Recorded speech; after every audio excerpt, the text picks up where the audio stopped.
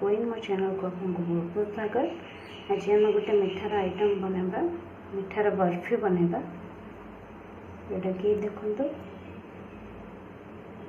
चलते आरंभ करवा प्रोसेस। आमको ये सब सामग्री दरकार अटा, आलमंड, काजू, चीनी को मो पाउडर करके ग्राइंडिंग करदे, अमूल जोटा मिल्क पाउडर आउ कि घी। चलते आरंभ करवा। घी मो अधा कप पखापाखि नहीं बर्तमान किछि कर अटा पकईकि फ्राए करवा। अल्प अल्प पकई करेंगे, एका सागर कले ये बिंडा हो पारे। देखो यहाँ एमती हम कि समय भाजी ना। लो फ्लेम रे ग्लास अच्छी, गैस को लो।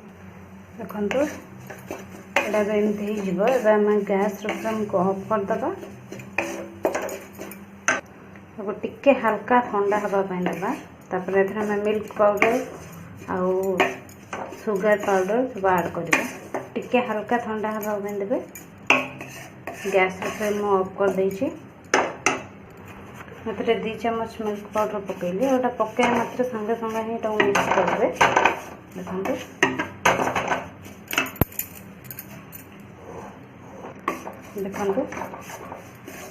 देखो देखो यहाँ मिक्स हो गला। मुझे चीनी को पाउडर कर रखी सुगर पाउडर को पकेबा।